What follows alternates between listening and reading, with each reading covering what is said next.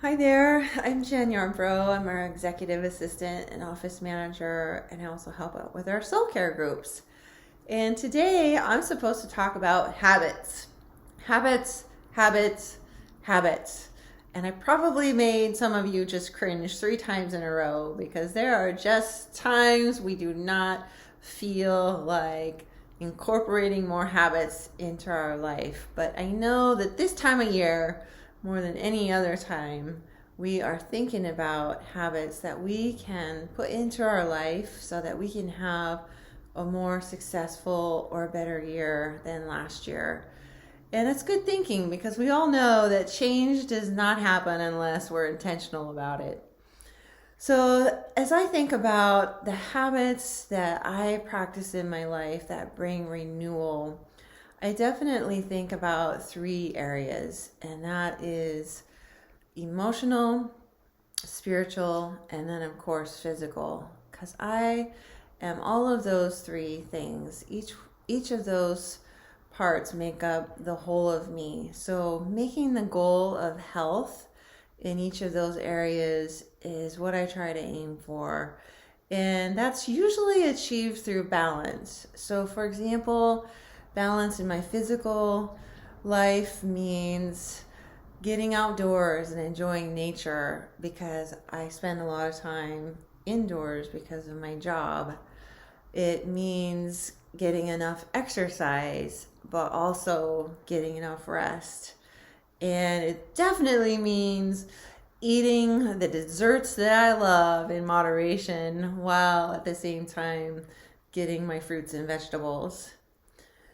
Emotional balance, that means having those meaningful times of connection with people that my soul needs, but also the downtime that I have to have. It means guarding my heart and knowing my limits on the things that can trigger fear and anxiety in me. And then it also means just doing my best to process the things that come into my life from the perspective of God's truth. When I think about spiritual health, I thought of Colossians 2:7, and this is what it says. Let your roots grow down into him, and let your lives be built on him. Then your faith will grow strong in the truth you were taught, and you will overflow with thanksgiving. It's all those ways that I can deepen and strengthen my connection with God. And definitely the one that rises to the top is my chair time. That time every day where I sit down, I've got my coffee, I've got my TV fireplace, my blanket, my dog, and we sit down and we spend time with God. And I will incorporate a time of silence in that, listening to him so that he has the opportunity to speak to me. And I read the word and I pray. And it's just this really special time of my day. And then also other times I weave in fasting or solitude.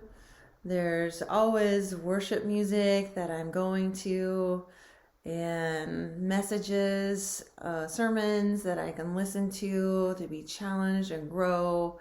And then, of course, my life group, just having that body of believers in my life that are close to me, that encourage me, challenge me, keep me accountable. It's just what my spiritual health needs to stay in a really good spot. Do I do all this perfectly? Definitely not. Like Paul says in Philippians 3:12, I just keep pressing on. I keep pressing on to the goal. And if I get off track, I do a course correction. If I miss a day or two, I get back to it as soon as possible. There's no guilt or condemnation. It's just keeping on towards the goal and wanting to be healthy and balanced. So today, as you go into your time with God, I just pray that you'll ask him to help you determine what are those habits that you need to build into your life this year. God bless you. Take care, and we'll talk to you soon.